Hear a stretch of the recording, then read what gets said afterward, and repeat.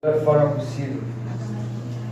Eu peço que o Senhor nos instrua, que o Senhor nos guie, que nos mostre o caminho, Deus, para obedecermos ao Senhor, não com obediência externa, mas que esse caminho seja o caminho da obediência do coração, das intenções, que nós não venhamos a nos enganar com a obediência externa, porque isso não leva a nada, mas que nós venhamos a sempre ter sensibilidade de que o Senhor é o Deus que vê a intenção do coração, e é aí que o Senhor trabalha, é nessa área que o Senhor trabalha em nós. Eu clamo ao Senhor que o Senhor continue falando conosco nessa manhã, em nome de Jesus. Amém. Amém. Eu gostaria de falar sobre um assunto hoje pela manhã.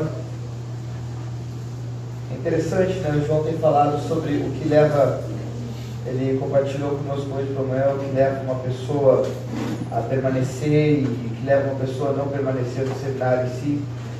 E é interessante que sempre nós, por mais que nós venhamos a tentar mudar o assunto, existe um assunto que nós devemos sempre tratar, é como nós vencemos o pecado, como nós podemos viver em santidade e como nós podemos realmente não ceder ao pecado por causa do mal que ele faz, da ofensa que ele é para Deus.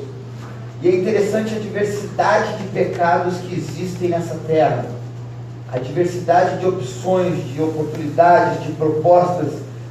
Nós temos um caminho para o céu e o caminho é Cristo, mas existem milhares, se não bilhares de opções pecaminosas nessa terra. E todos nós, todos os dias, talvez todas as horas e talvez quase que minuto a minuto, temos determinados tipos de tentações. E alguns são mais voltados para alguns tipos de tentações, outros têm outros tipos de tentações.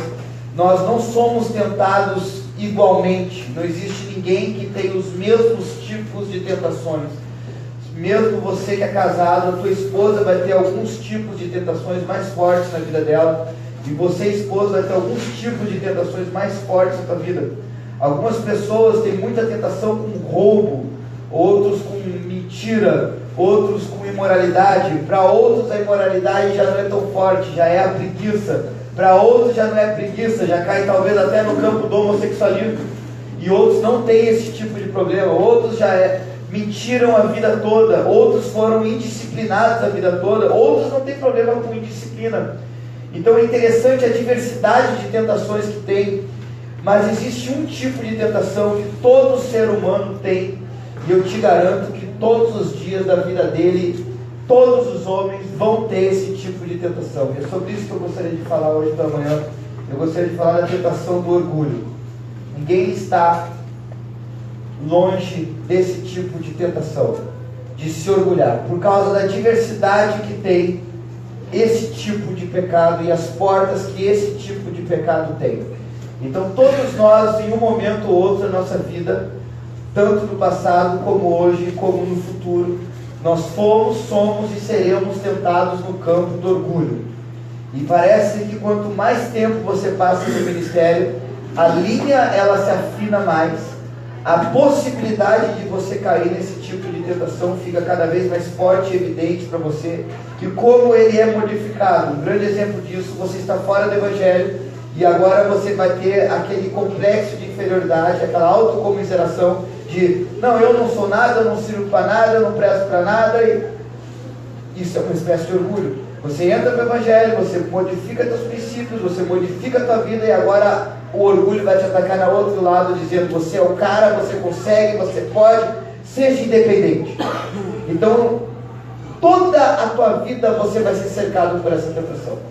Então, a minha proposta para nós hoje pela manhã é analisarmos nas Sagradas Escrituras homens que tiveram problemas com orgulho e nós notarmos o que aconteceu com eles, os passos que eles tomaram para que nós venhamos a aprender como combater isso na nossa vida.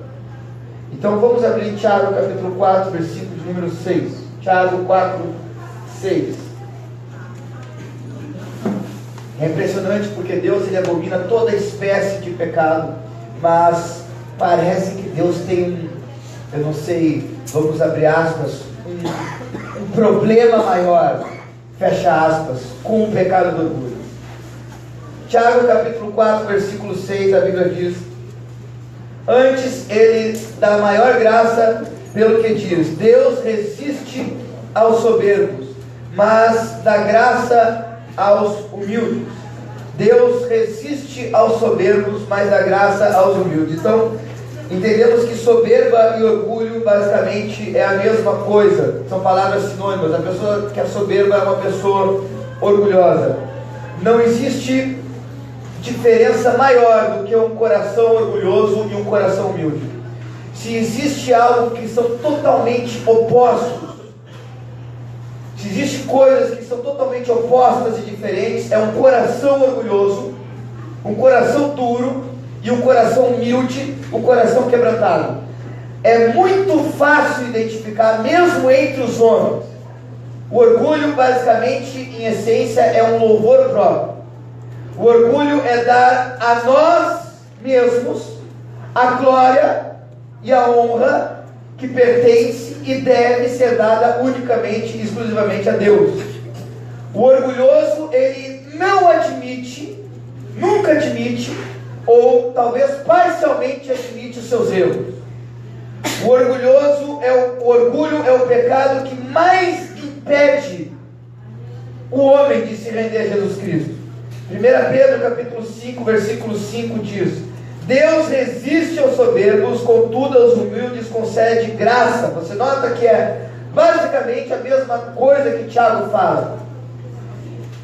1 Pedro 5,5: Finney disse que o orgulho é uma disposição de exaltar a nós mesmos, colocar-nos acima dos outros, esconder os próprios defeitos e parecer mais do que nós somos.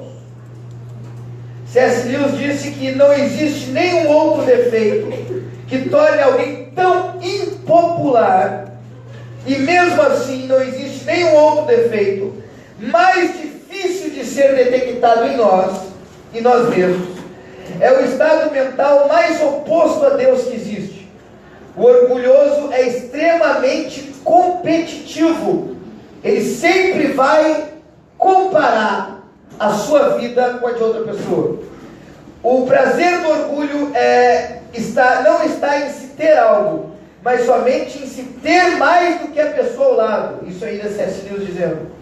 Significa sempre inimizade, e não somente inimizade entre os homens, mas também entre os homens e Deus. Deus tem um posicionamento contra aquele que é orgulhoso. Em Provérbios capítulo 3, versículo 34, diz que certamente ele escarnece dos escarnecedores, mas dá graça aos humildes. Provérbios capítulo de número 3, versículo 34. Vamos analisar algumas histórias bíblicas de pessoas que foram orgulhosas e o fim delas. A primeira história que eu gostaria de ver com vocês está no livro de 2 Reis, capítulo de número 20. 2 Reis, capítulo de número 20. Nós temos a história de um rei, um grande rei, que é o rei Ezequias. Ezequias, ele tem em determinado momento de sua vida uma doença, e a Bíblia fala que era uma doença para a morte. E Isaías, o profeta Isaías, vai até Ezequias avisar ele que ele iria morrer, enviado por Deus.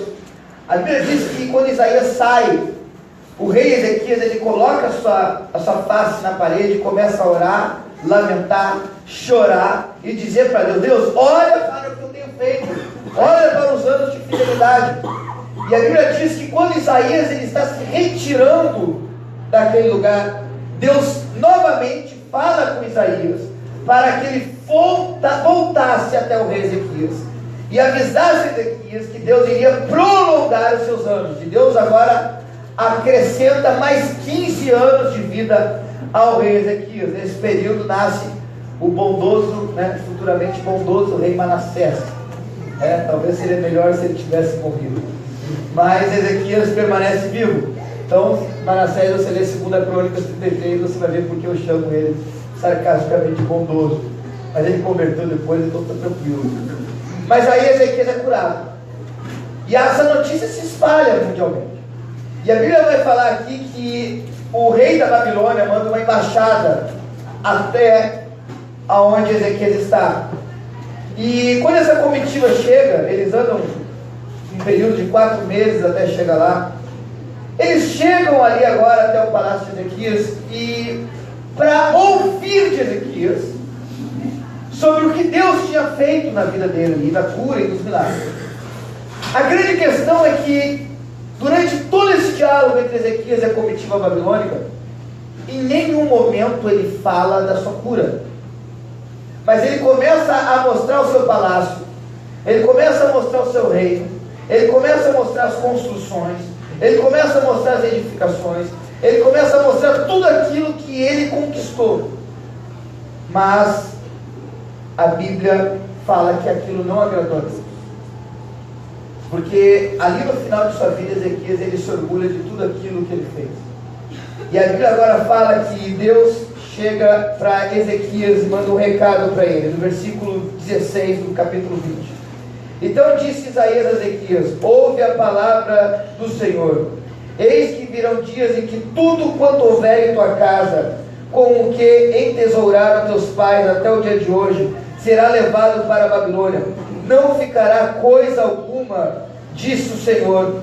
Dos teus próprios filhos que tu geraste tomarão para que sejam eunucos no palácio do rei da Babilônia. Então disse Ezequias a Isaías, no versículo 19: boa é a palavra do Senhor que disseste, pois pensava, haverá paz e segurança nos meus dias. Isaías vai e avisa Ezequias: vocês, agora quando a Babilônia vier, não vai vir mais para ver, mas para levar tudo aquilo que tu mostraste. Porque ao invés de tu compartilhar, e explicar e dar glória a Deus pelas tuas conquistas, você centralizou as tuas conquistas em você. Mas é interessante que Deus fala que os filhos vão ser levados. E no final Ezequias ainda fala: boa é a palavra do Senhor, porque não é no meu tempo que isso vai acontecer.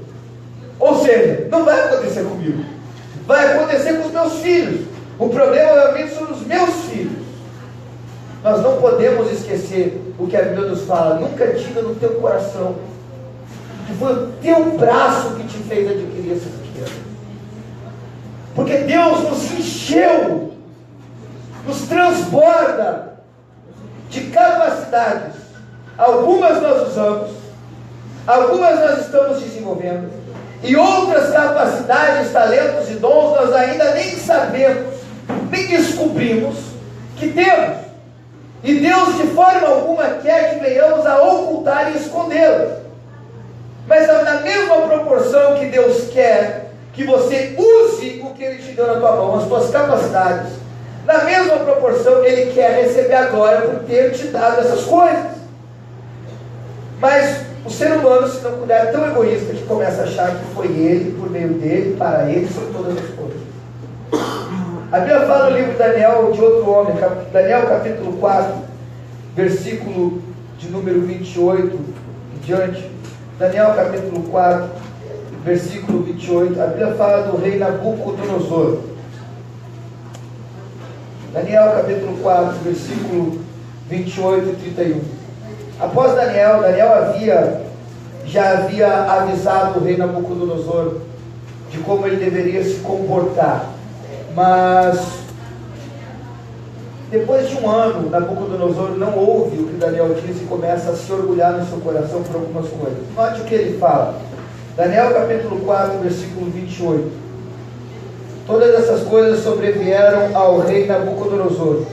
Ao cabo de 12 meses, passeando sobre o palácio real da cidade da Babilônia, falou o rei e disse: não é esta grande Babilônia que eu edifiquei para a casa real com meu grandioso poder e para a glória da minha majestade? Determinado dia, Nabucodonosor está olhando seu palácio, suas edificações, a sua vida, o seu ministério, os seus resultados. E ele olha e ele diz: não foi isso que eu edifiquei para minha glória, para agora o meu poder. E a Bíblia falava ainda o rei quando desceu uma voz do céu: a ti se diz, ó rei Nabucodonosor, já passou de ti o reino. Nabucodonosor, ele era orgulhoso, vaidoso, arrogante, prepotente e soberbo. Olha o que Deus fala no livro de Jeremias, capítulo 9, versículo de número 23 e 24. Assim diz o Senhor: não se glorie o sábio na sua sabedoria. Se liga. Assim diz o Senhor: não se glorie o sábio na sua sabedoria. Não tem problema em ser sábio. Nenhum problema em ser sábio. Pelo contrário, aquele que não é sábio, ele deve pedir sabedoria, que Deus vai dar deliberadamente sabedoria. E aquele que é sábio, ele deve estar continuamente pedindo sabedoria a Deus. Isso, sabedoria. Intelectualmente também. Capacidade de entendimento também. Não há problema em ter. O problema é nesse alerta que Deus dá. Assim diz o Senhor: não se glorie o sábio na sua sabedoria, nem o forte na sua força. Não há problema em ser forte. Devemos ser fortes. Não há problema nenhum em você passar pelas grandes tribulações e as grandes provações da vida. Nós devemos passar pelas grandes tribulações e as grandes provações da vida.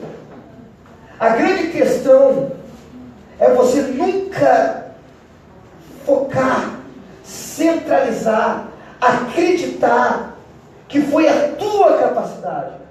Embora, e nós acreditamos nisso, porque é bíblico, no trabalho de Deus e na responsabilidade humana para as decisões e para que as coisas aconteçam na nossa vida, ainda assim, se não houver Deus, se não houver o Espírito de Deus, se não houver a instrução de Deus, se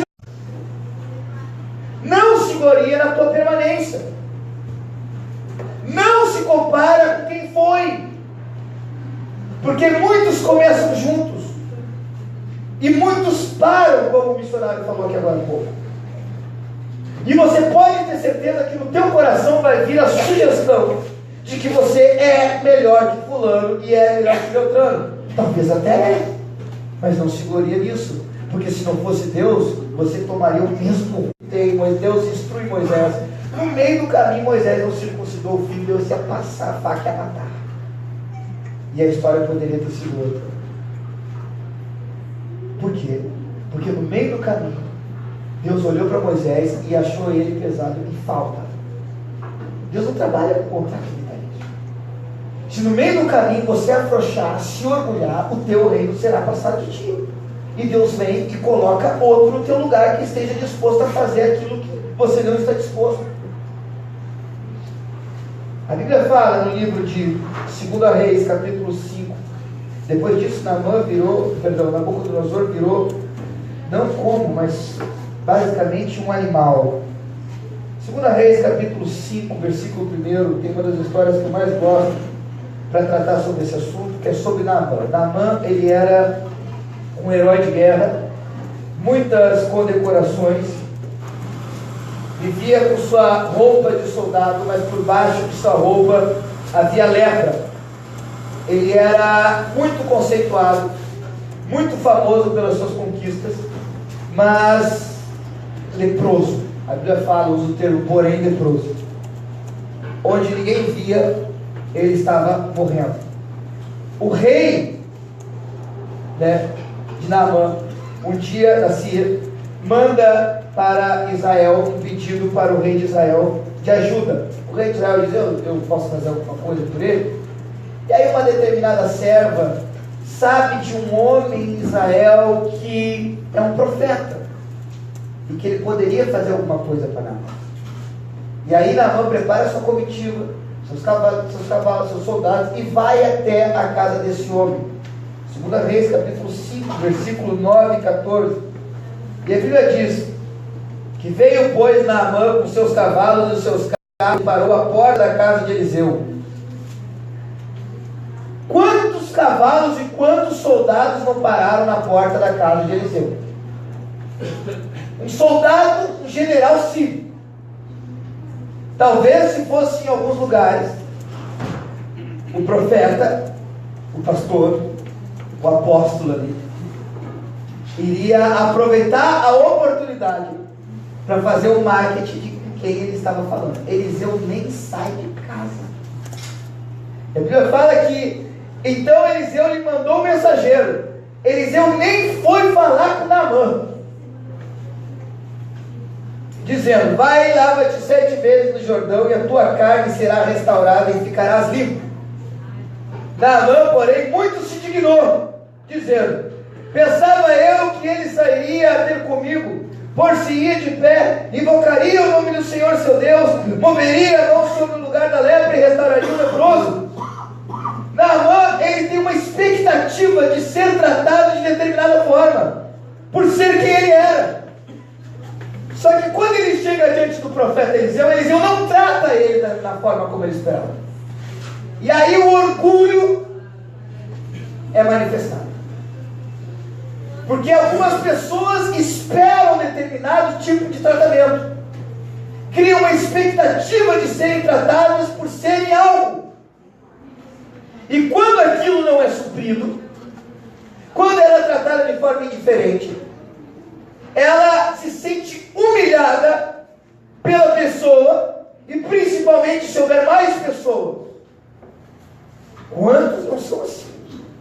Naamã diz: eu esperava que ele ia sair, levantar suas mãos, fazer uma grande oração, colocar as mãos sobre a lepra, invocar o nome do Senhor e dizer: seja curado. Mas nada disso acontece. E a Bíblia fala que não são porventura, versículo 12, Ábana e Farfar, rios de Damasco, melhores do que todas as águas de Israel. Ele manda, é interessante porque Eliseu, ele manda Naamã mergulhar no Jordão, e ele fala assim: mas os rios de Ábana e Farfar não são melhores do que os rios de Israel. É um tal de defender a sua cidade, o seu local e a sua cultura que eu vou te falar. Como o orgulho é manifestado nessa hora. Ninguém faz uma comida como as pessoas da minha região. Na minha região é assim. Na minha cidade é assim. Na minha cultura é assim. Não são os rios de Ábana e de Farfar melhor que esse rio do Jordão? Infeliz, vai para Ábana e Farfar, então mergulha. Ele estava lá nos rios de Ábana e Farfar e nada aconteceu. Uma proposta para resolver o problema dele é colocada. Ele não consegue ver a oportunidade, porque ele está se sentindo, ele acha que é superior ao local e às pessoas do local. E aí ele fica indignado. Não poderia eu lavar-me neles e ficar limpo? E voltou-se e se foi com indignação. Aí os camaradas dele ficam meio assim: Naamã, presta atenção, cara, a gente viajou de longe. Se ele tivesse te pedido alguma coisa difícil, você não teria feito. Dá um mergulho lá, é só 7 mergulhos, dá um mergulho meu, cara. E aí ele é convencido pelos seus soldados, mergulha e é curado. Quase que o orgulho impede ele de receber a cura que ele queria. Depois ele vira maior bondoso com Eliseu. Ele nem tinha visto Eliseu ainda. Mas quantos de nós não criamos expectativas de sermos tratados de certa forma, e quando não somos tratados, não ficamos por dentro, interiormente, pensando: por que fulano tratou assim? Por que Beltrano falou assim? Mas olha só, eu sou isso, eu sou aquilo outro. Por que ele fez isso comigo? Por que ele falou isso comigo? Isso nunca resolveu nada na tua vida, esse tipo de pensamento. Nunca vai resolver nada na tua vida. Nunca resolveu nada. E ninguém. Deus muitas vezes permite situações dessas para você ser colocado no teu lugar. Sabe qual é o meu teu lugar? É de nada. Ser chamado de nada ainda é graça, porque ainda é um nome, nada.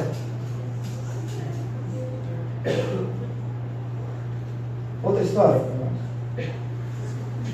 2 Crônicas, capítulo 26. Nós temos a história do rei Uzias. 2 Crônicas, capítulo de número 26. Versículo de número 3. Uzias tinha 16 anos quando começou a reinar, e 52 anos reinou em Jerusalém. Era o nome de sua mãe Jecolias de Jerusalém. Ele fez o que era reto perante o Senhor, segundo tudo que fizera Amazias seu pai. Propôs a buscar a Deus nos dias de Zacarias, que era sábio nas visões de Deus. Nos dias em que buscou o Senhor, Deus os fez prosperar. Uzias começou a reinar em Jerusalém com 16 anos de idade e reinou durante 52 anos. Ele teve como mentor Zacarias, e aqui a Bíblia vai relatar nos próximos versículos inúmeros feitos, conquistas, invenções de Uzias. Ele era o cara. Foram 52 anos reinando e reinando bem, liderando e liderando bem, liderando e desenvolvendo líderes, desenvolvendo tudo que ele colocava na mão. Alguns dos feitos de Uzias aqui apenas separados, que encontro nos próximos versículos, mas eu anotei eles separados, só para nós termos uma noção de quem era Uzias. Ele atacou os filisteus, derrubou os muros de Gate, Jaboné e Asbode, edificou muitas cidades, amonitas lhe pagavam impostos, famoso até o Egito, um reino poderoso e respeitado, torres construídas, Jerusalém na porta da esquina, porta do vale, junto ao ângulo, no canto das torres do deserto, fez muitas cisternas, tinha muitos rebanhos, muitos trabalhadores na parte da agricultura, exército bem treinado e organizado em grupos, exército comandado por 2.600 chefes de família, guerreiros corajosos e decididos, um exército de 307 mil homens, soldados à disposição, exército equipado com escudos, lanças, capacetes, couraças, arcos, fundas, atiradeiras de pedra. Construiu máquinas projetadas por especialistas para atirar muitas flechas e pedras ao mesmo tempo. Foi muito ajudado por causa de sua fama, conhecimento e poder. Mas, mesmo com todo esse sucesso ministerial, com tudo que ele desenvolveu, com todas as pessoas que ele envolveu, nós precisamos entender uma coisa: ainda temos limites e não devemos ultrapassar esses limites. Os líderes têm limites e não devem ultrapassar esses limites. Na nossa vida nós temos limites, e não é por ter reinado 52 anos que eu posso começar a achar que eu tenho direito em tudo. Não é por permanecer 1 ano, 2 anos, 3 anos que eu devo achar que eu tenho direito em tudo. No livro de Isaías, capítulo de número 23, versículo de número 9, a Bíblia diz que o Senhor dos Exércitos formou este desígnio para denegrir a soberba de toda beleza e envelhecer os mais nobres da terra. A grande questão é que durante a caminhada ministerial, na mesma proporção que os anos de ministério e sucesso aumentavam, o seu temor por Deus esfriava. Os anos aumentavam, o temor esfriava. E agora Uzias começa a achar que pode tudo. E a grande evidência está nos próximos textos, quando no capítulo de número 26, versículo de número 17,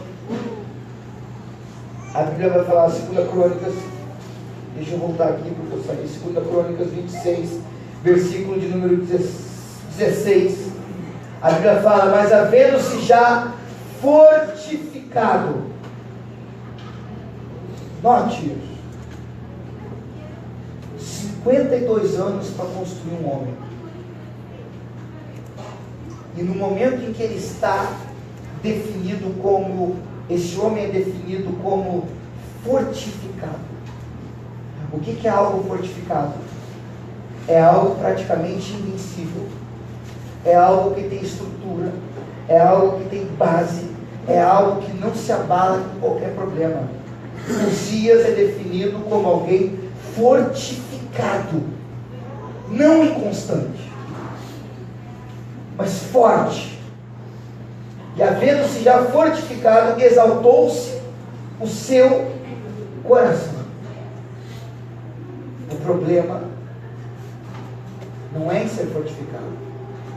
O problema é que nos momentos em que estamos fortificados, a tentação da exaltação vai ser a que mais vai gritar no teu coração. Não tem nenhum tipo de pecado, de tentação, que vai ficar mais à tua porta do que o da exaltação, quando você estiver forte. O pecado já está à porta, e o pecado que vai estar à porta é o da exaltação. E havendo-se já fortificado, exaltou-se o seu coração para a sua própria ruína. E olha o que ele fez: e cometeu transgressões contra o Senhor seu Deus, porque entrou no templo do Senhor para queimar incenso no altar do incenso. Presta atenção, ele era o rei, ele era o cara, ele era o único, ninguém acima dele, mandava e desmandava, mas no templo tinha alguém que mandava mais que ele, que era o sacerdote. Ali não era a palavra final. Ali Deus não colocou ele como o cara da frente. E a Bíblia diz que ele entrou no templo para queimar incenso ao Senhor. Não importa na altura que você esteja, aonde você chegou, ainda existe uma palavra: limites. Existe até aqui. Existe você não pode fazer tudo por causa do teu histórico. E a Bíblia fala o que aconteceu com ele. Entrou no templo do Senhor para queimar incenso no altar de incenso. Porém, o sacerdote Azarias entrou após ele, com 80 sacerdotes do Senhor, homens da maior firmeza. Eu gosto dessa expressão, homens da maior firmeza. Porque para confrontar o rei tinha que ser homens da maior firmeza. E olha o que acontece no final do texto. E resistiram ao rei Uzias e lhe disseram: a ti, Uzias, presta atenção nisso, não chamam ele mais de rei, já não é rei, é quase que, lembra de uma coisa, antes de ser rei, tu és Uzias, tu és um ser humano normal, e como ser humano que és, tem limites para ir. Então, a ti, Uzias, a partir do momento que você começa a colocar coisas antes do teu nome, para te dar direito de fazer tudo, começa a exaltação do teu coração. E eles colocam Uzias aonde ele tem que estar, nivelam ele, trazem ele de volta à consciência de que ele é homem. E por ser homem, ele não tem o direito de fazer o que ele acha que deve fazer. A ti, Uzias, não compete queimar incenso perante o Senhor, mas aos sacerdotes, filhos de Arão, que são consagrados, sai do santuário. É você ser por causa do orgulho e endurecer o coração. Pior do que ser orgulhoso é quando alguém esclarece para você os teus erros e você endurece o coração. Olha o que Uzias fala. Então Uzias se indignou. Se ele tivesse falado: me perdoa, quebrantasse o coração, realmente eu ultrapassei os limites, se retirasse, a história mudaria. Se Deus perdoou um rei como Manassés, porque quebrantou o seu coração, Uzias só foi acender incenso, embora fosse totalmente abominável aquilo, mas se ele mudasse o seu coração, Deus dá uma oportunidade para aqueles que são de coração duro ainda. Deus levanta pessoas para dizer: você está fazendo errado, não é esse o caminho, você é orgulhoso, teu coração está duro, abre teu coração. Deus levanta levanta pessoas no nosso meio. Deus usa a boca até dos mortos para falar com a gente quando nós lemos aqueles livros antigos, daqueles homens que já morreram. Pensa que eu ia falar sobre espiritismo, né? Você está lendo John Wesley lá, e John Wesley começa a falar contra o Deus está usando até o cara. E principalmente quando você vai para a Bíblia, Deus fala, você está errado, você é orgulhoso, você não quer pedir perdão, você não quer consertar, você não quer perdoar, você não quer falar, você está de cara virada, você acha que os outros estão errados, e você endurece seu coração. Olha o que aconteceu com ele. Então Uzias se indignou, tinha o incensário na mão para queimar incenso, indignando-se ele, novamente fala que ele se indignou. Sempre presta atenção nessa repetição de palavras, que ela nunca é à toa. Os judeus tinham muito hábito da repetição de palavras para enfatizar o assunto principal. 2 vezes é relatado no mesmo versículo que ele se indigna. Então, se está escrito 2 vezes, é porque ele se indignou mesmo. Ele se irou contra a repreensão, totalmente contrário ao justo que ama a repreensão. Indignou-se ele, pois contra os sacerdotes. Nota, ele não se indigna contra o sistema.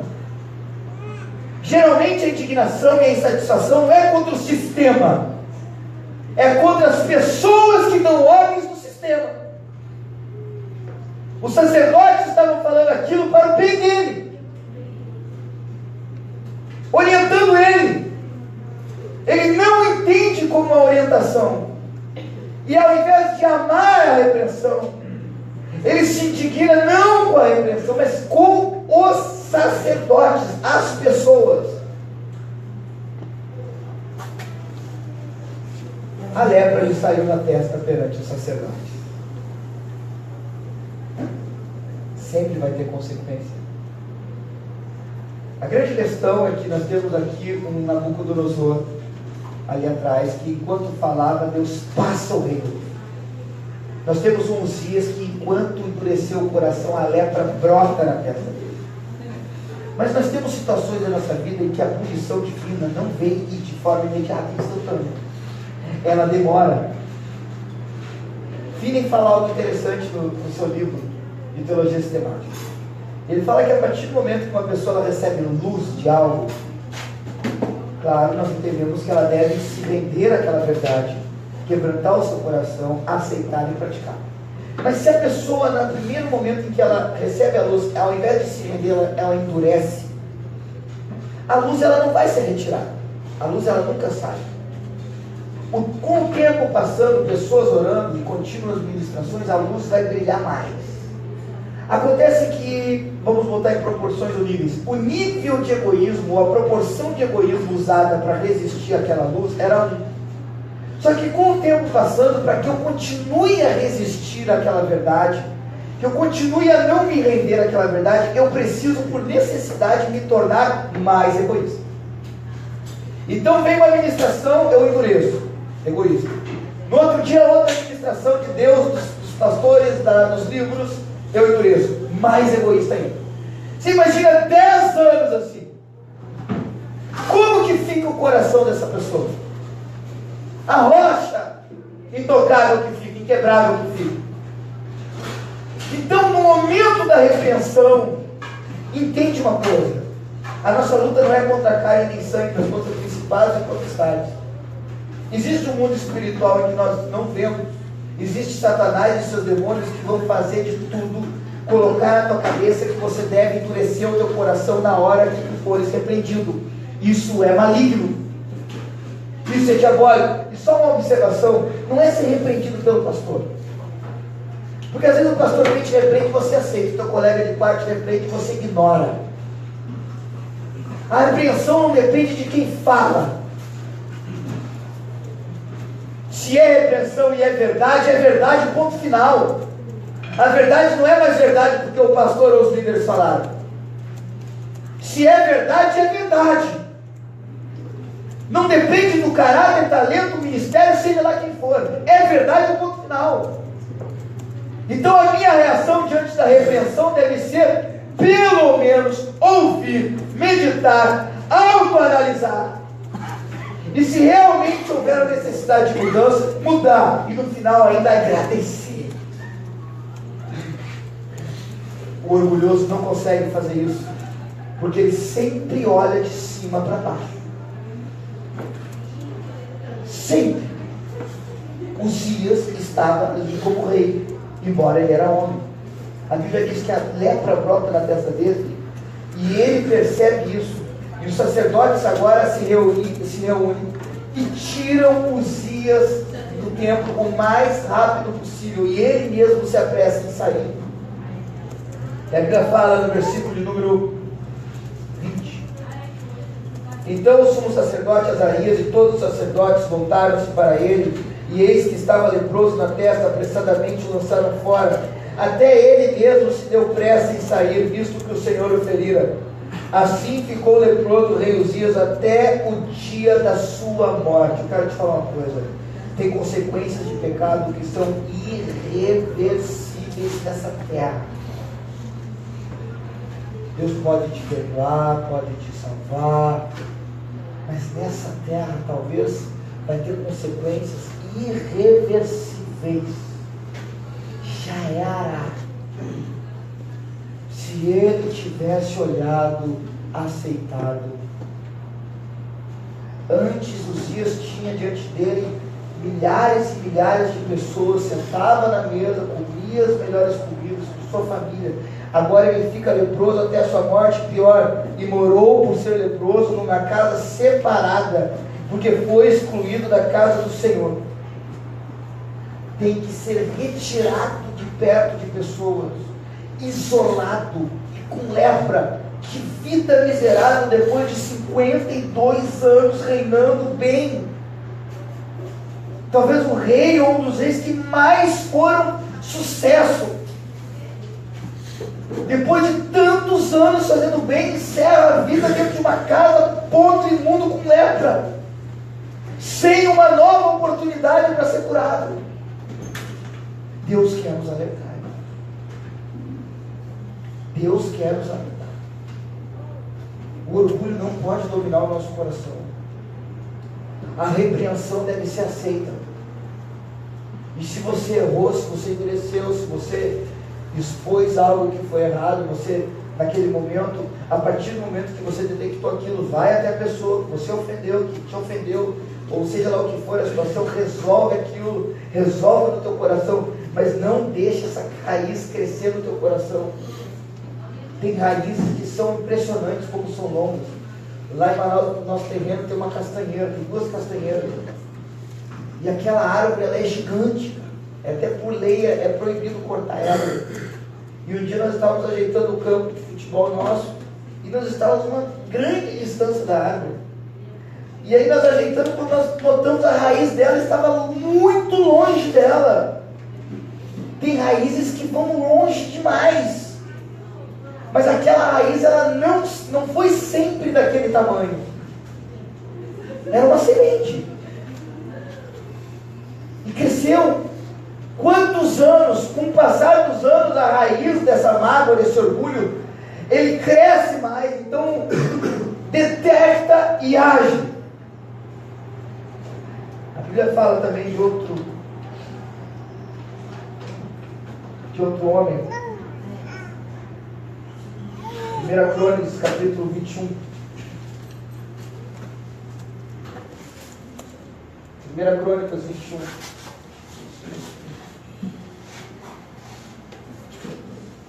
Nós temos o rei Davi, pastor humilde, paciente, músico, poeta, corajoso, constante, firme e cheio de fé, segundo o coração de Deus, conhecido mundialmente. Mas um dia Davi resolve aumentar o seu exército, exigindo trabalho militar de todos, cuidado, e o seu exército fica extremamente numeroso. Deus não era contra os seus, contra a contagem de pessoas, mas aqui não era para contar. E no versículo 1 a Bíblia fala que então Satanás se levantou contra Israel e incitou a Davi a levantar o censo de Israel. Satanás se levantou contra quem? Israel. Mas Satanás não atacou Israel, Satanás atacou um homem. Para destruir um grupo, vai-se um homem. E Satanás vai até o coração daquele homem, que era o cabeça, que era o líder. Não com o objetivo, Satanás quer me destruir. Satanás não quer te destruir. Quer destruir tudo que está na tua volta. E talvez você é o ponto de partida, então presta atenção. Porque esse homem que era segundo o coração de Deus, sensível, quebrantado, espiritual, foi induzido, influenciado de forma que ele não percebeu por Satanás. Satanás se levantou contra Israel e incitou a Davi a levantar o censo de Israel. Sabe, queridos, os números eles são altamente importantes, mas a vitória vem do Senhor. Nós precisamos de pessoas, mas a vitória vem do Senhor. Nós precisamos dos números lá em cima, mas a vitória ela é do Senhor. A nossa força não está nos carros, nos cavalos, nos soldados, no armamento. Tudo isso é útil. Tudo isso são ferramentas que Deus quer que nós venhamos a usar, estratégias, métodos, pessoas, tudo. Mas nunca esquece que é Deus que dá a vitória. Como Jonathan disse, que é com muitos ou com poucos, Deus nos dará a vitória. Muitas vezes os números baixos nos assustam e os números altos nos empolgam, mas aquela talvez não é a realidade da mão de Deus naquele lugar. Muitas vezes vai acontecer isso. Davi manda agora Joabe fazer uma contagem. E Joabe conta 1.100.000 homens, fora da tribo de Levi e de Benjamim. E no versículo 8, no versículo 7, perdão, a Bíblia diz que tudo isso desagradou a Deus pelo que feriu a Israel.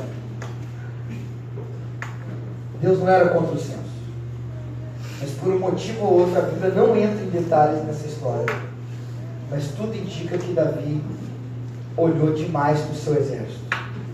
E nesse momento, mais para o seu exército, mais para a sua força, mais para a capacidade, do que para aquele que sempre deu a vitória.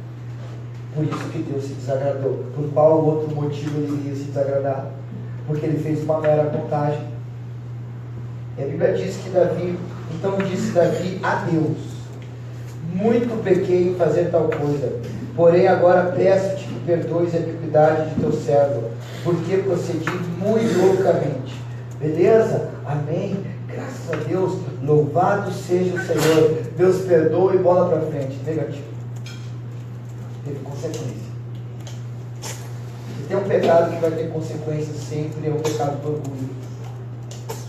Todas as vezes que você deixar isso entrar, vai ter consequências. E a Bíblia fala que Deus deu a opção de 3 punições. Gade vai e confronta Davi. E a Bíblia fala que no versículo 9, falou, pois o Senhor a Gade, evidente a Davi, dizendo: vai e diz a Davi, assim diz o Senhor, 3 coisas te ofereço, escolhe uma delas para que te faça. Como precisamos de homens como Gade. Você está onde você está porque homens como Gade te botaram na linha.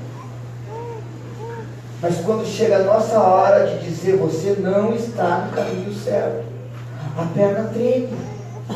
Mas sendo que comigo, o que mais me ajudou foram as pessoas que disseram, você não está no caminho certo. Veio, pois, a Gade a Davi e disse, assim diz o Senhor, escolhe o que queres, ou 3 anos de fome, ou que por 3 meses seja consumido diante dos teus adversários, e a espada de teus inimigos te alcance, ou que por 3 dias a espada do Senhor, isto é, a peste na terra, o anjo do Senhor, cause destruição em todos os territórios de Israel. Vê, pois, agora que resposta hei de dar ao que me enviou. Note, essa opção foi dada depois da oração de arrependimento, depois do pedido de perdão. E a Bíblia fala que Davi diz, estou eu em grande angústia, caí eu, pois, nas mãos do Senhor, porque são muitíssimas as suas misericórdias, mas nas mãos dos homens não caia eu. Então enviou o Senhor a peste a Israel, e caíram de Israel 70.000 homens. 70.000 homens morrem, porque um homem deixou que Satanás excitasse seu coração. Aí depois o anjo vai até a entrada de Jerusalém, aponta a espada para Jerusalém. Davi observa tudo isso. Deus abre os céus, revela para ele. Ele se prostra com os anciãos, clama, ora, pede para Deus, e Deus para. Mas a consequência vem. Outra história que nós temos, Lucas, e agora nós vamos entrar no orgulho de nível religioso. Lucas capítulo 18. Lucas, Evangelho de Lucas capítulo 18, versículo de número 9. Jesus e suas parábolas. Versículo 9 do capítulo 18 de Lucas está escrito: propôs também esta parábola a alguns que confiavam em si mesmos. Olha que interessante. Qual era o público-alvo de Jesus? Pessoas que confiavam em si mesmas. Muitas vezes nós lemos a Bíblia e algumas palavras elas passam despercebidas por nós.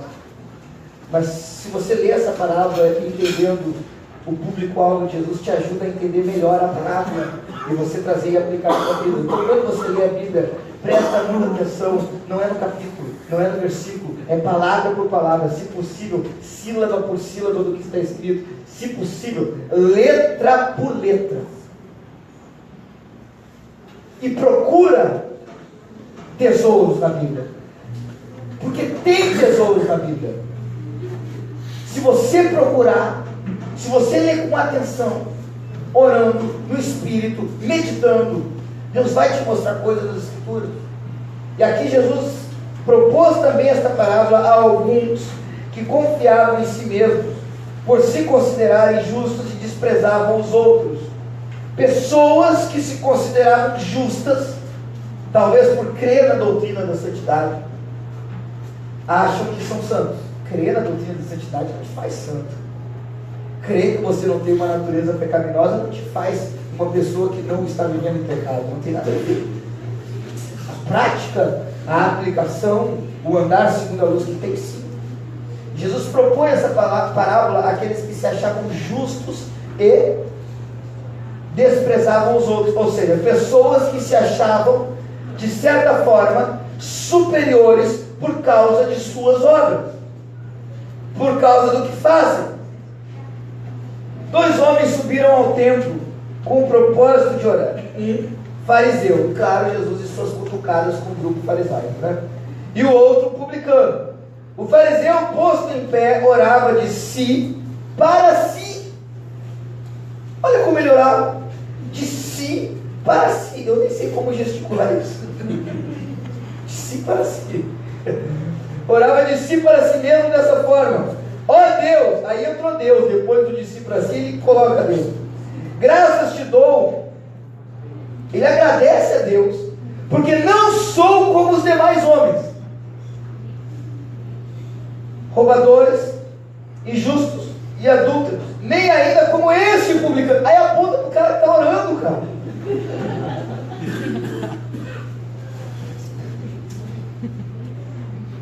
Eu ia falar uma coisa. Jejuo 2 vezes por semana e dou o dízimo de tudo quanto ganho.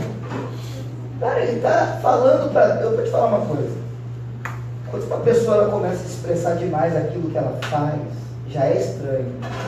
Agora o cara está querendo mostrar para Deus o que ele faz. Eu jejuo 2 vezes, dou dízimo de tudo que ganho. Não sou igual a ele. O senhor está vendo que eu sou o cara. Poderoso eu, né, Felipe? Eu sou o cara. Olha para mim. Tem uma vaga aí da Trindade. Quase isso que ele está falando.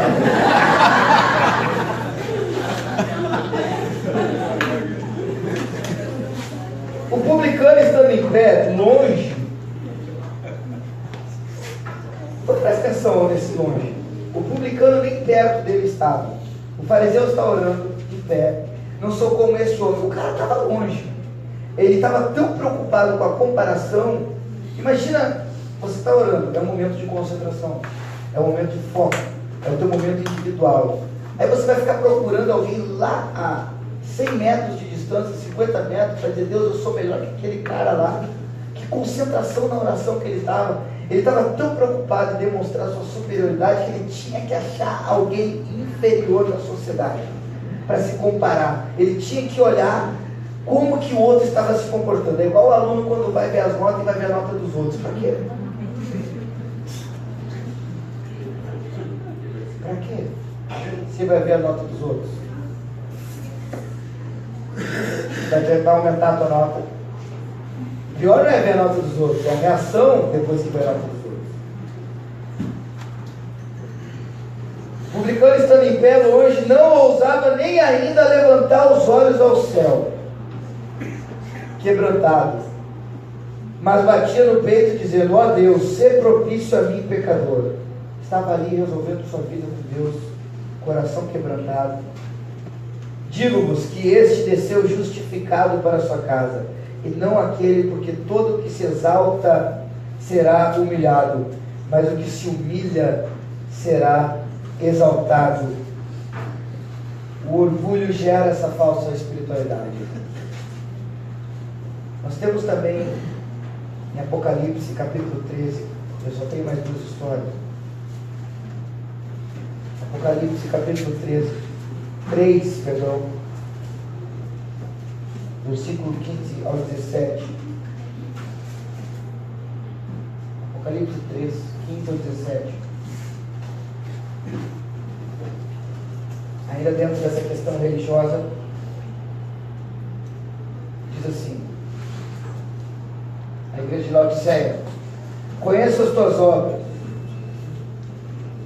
que nem és frio nem quente. Quem dera fosses frio ou quente. Assim, porque és morno e nem és quente nem frio, estou a ponto de vomitar-te da minha boca. Pois diz, o que ele diz é que é importante: estou rico e abastado, e não preciso de coisa alguma. Estou rico e abastado, eu não preciso de coisa alguma, não preciso de ninguém, eu não preciso ser ensinado. No ano de 62 depois de Cristo, a cidade de Laodiceia, ela teve um grande terremoto e foi praticamente toda destruída. Só que o Império Romano ainda estava muito forte na época. E sem a ajuda de Roma, os moradores de Laodiceia reconstruíram a cidade toda, gerando agora orgulho.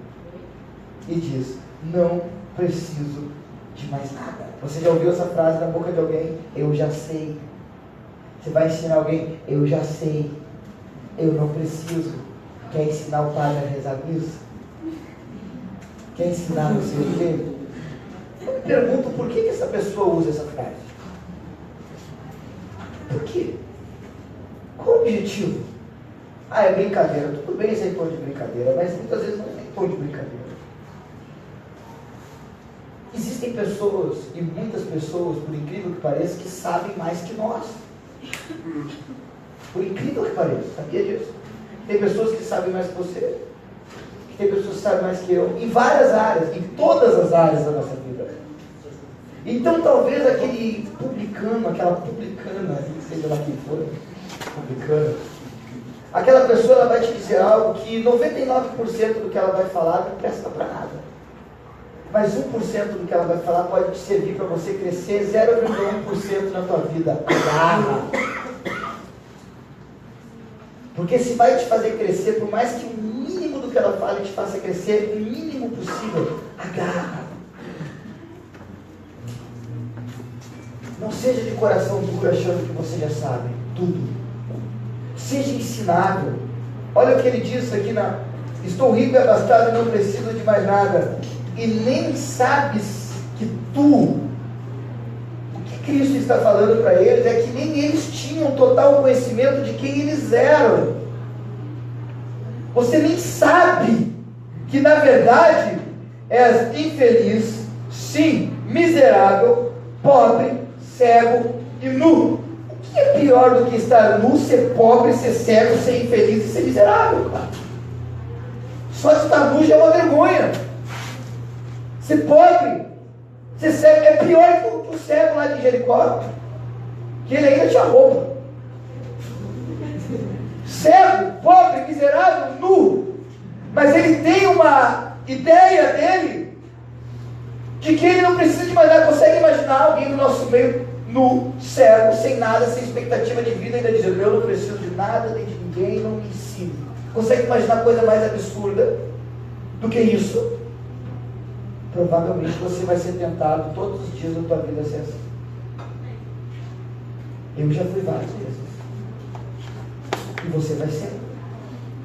Porque o mínimo de conhecimento que nós temos da nossa vida, Satanás quer fazer nos pensar de que não precisamos mais de nada e de nem de ninguém. Deixa eu te falar uma coisa. Por mais que nós devemos estudar muito, nós devemos estudar muito, mas na verdade nós devemos saber muito pouco. Estuda-se muito para saber um pouco. Conhecimento é ilimitado.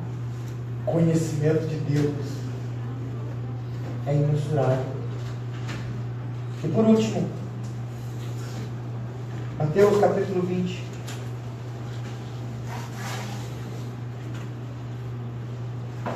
Versículo 20. Eu acho que aqui ninguém bate essa mulher.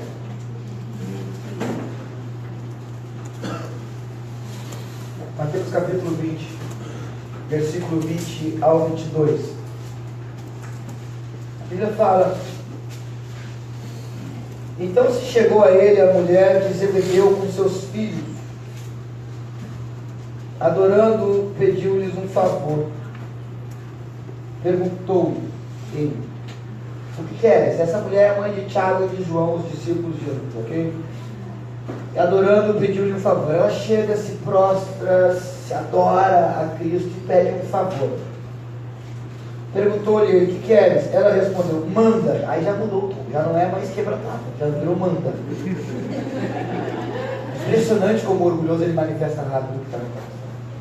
Pediu-lhe um favor, chegou adorando, pediu um favor, manda. Manda, que no teu reino estes meus 2 filhos se assentem, um à tua direita e o outro à tua esquerda. Querer um lugar de honra na terra já é errado. Agora você pensa comigo aqui uma questão. Jesus está sentado à destra do Pai. Aqui está o Pai, aqui está o Filho. Ela queria que Tiago estivesse entre o Pai e o Filho e João do outro lado. Ela queria um lugar de status no céu para os filhos. Você consegue imaginar o orgulho maior que esse? Querer status na eternidade.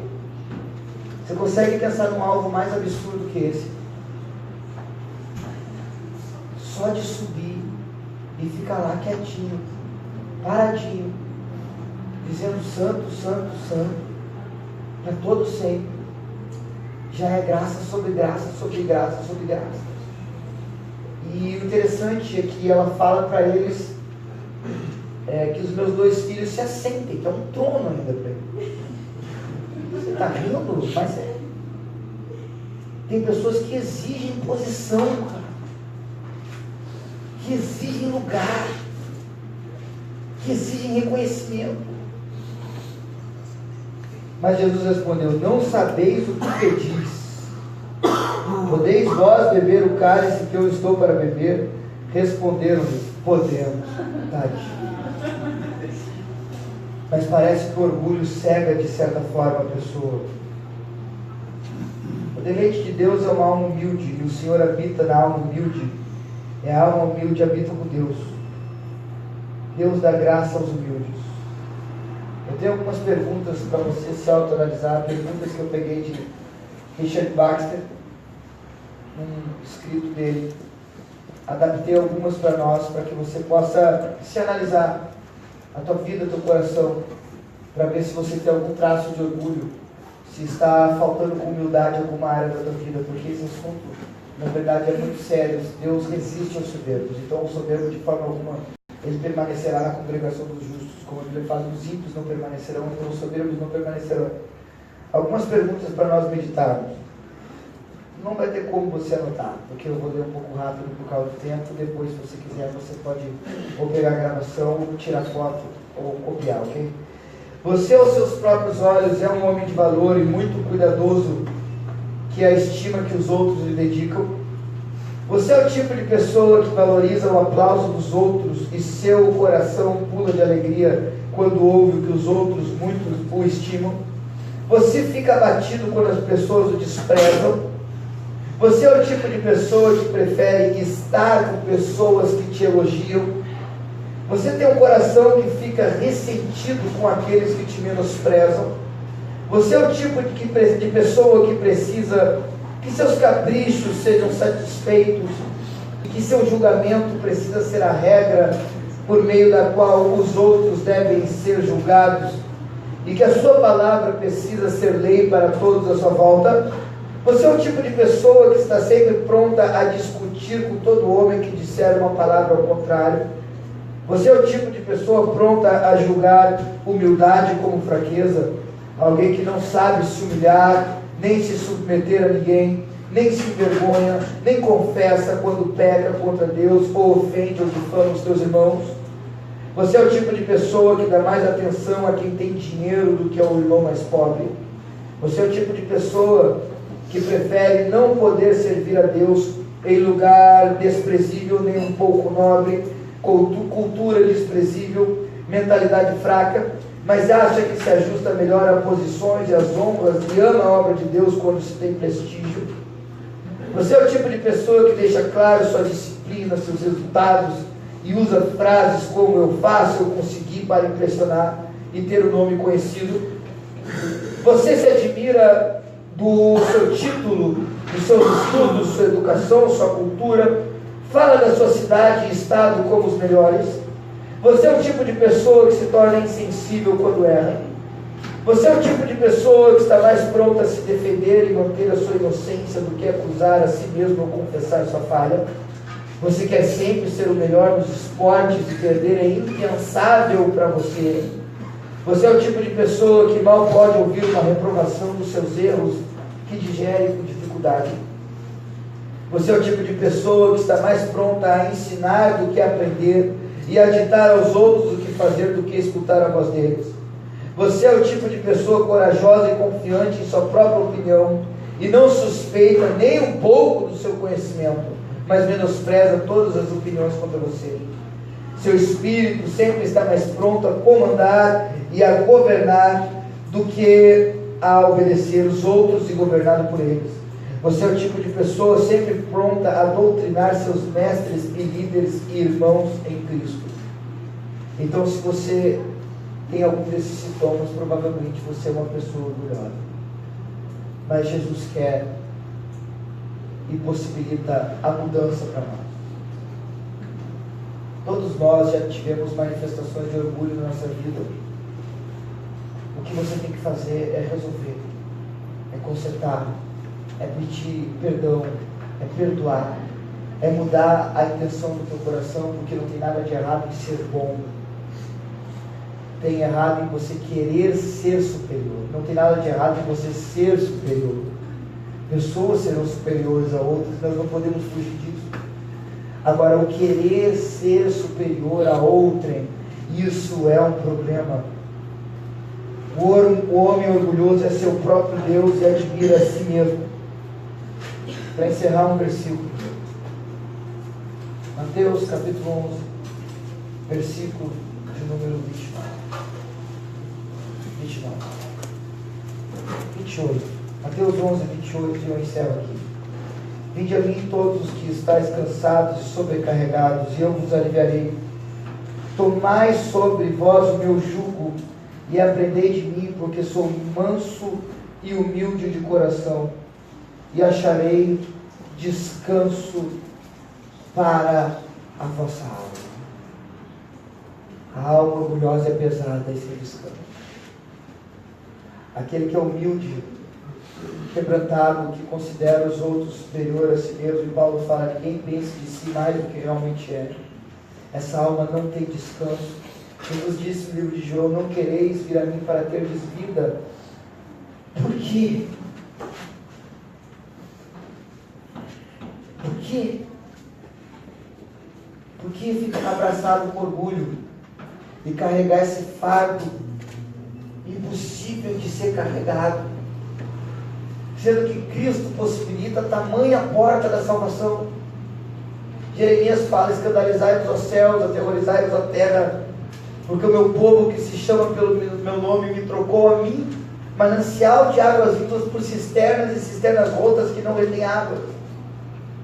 É absurdamente difícil de entender essa escolha. Não, eu vou endurecer meu coração. Sendo que o quebrantamento, a humilhação, a humildade, o reconhecimento de quem você é o que Deus quer e o que vai trazer descanso para a tua alma. Não é uma posição de complexo de inferioridade, de coitadismo, é de reconhecimento do ser. Vamos lá.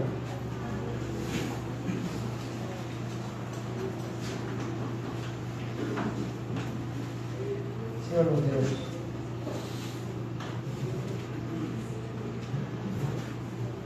obrigado, Senhor, porque tamanha diferença, mensurável diferença, Deus, entre nós e o Senhor. Mas o Senhor desce até nós e comunica com nós, criaturas tão limitadas, do que o homem pode se orgulhar. Tudo que temos vem de Ti, tudo que somos vem de Ti, tudo que olhamos, Tu criaste. É difícil, Deus, entendermos como pode o coração ser tão duro, mas é difícil também não notar a quantidade de corações duros. Sabemos que esse é o maior empecilho para que uma alma se renda ao Senhor. Nenhum orgulhoso entrará no reino dos céus. Ninguém de coração duro pode estar reconciliado em comunhão contigo. Ninguém magoado com o irmão pode andar contigo. Ninguém que não perdoa, que não pede perdão. Ninguém que confia mais em talentos e dons herdará o reino dos céus. O Senhor quer nos levar àquela posição como Josafá. Não sabemos o que fazer, mas os nossos olhos estão postos em Ti. Que o Senhor nos ajude a entender isso. Não agora, mas para toda a nossa vida. Que o Espírito do Senhor possa estar sempre gritando, Deus, nos nossos corações, nos mostrando quem nós somos e quem o Senhor é.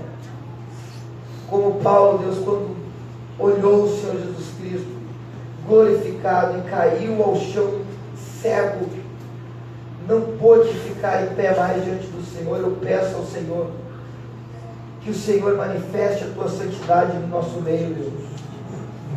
Que o Senhor manifeste a Tua majestade, que o Senhor manifeste o Teu caráter no nosso meio, Deus, que nós venhamos a ser sempre lembrados e que os Teus atributos, o ser do Senhor possa estar sempre diante de nós, porque se nós olharmos para quem Tu és, nós saberemos que não somos nada, e não há nenhum motivo para achar que algo acontece por meio de nós ou através de nós, sem o Senhor, embora eu sei que o Senhor quer nos usar. Deus, nós não merecemos nada e o Senhor nos torna embaixadores. Quão difícil é essa tarefa, Deus. Sem o Senhor nós não poderemos dar continuidade, Deus. Em nome de Jesus, nos ajude em nossa fraqueza. Amém. Deus abençoe. Shalom.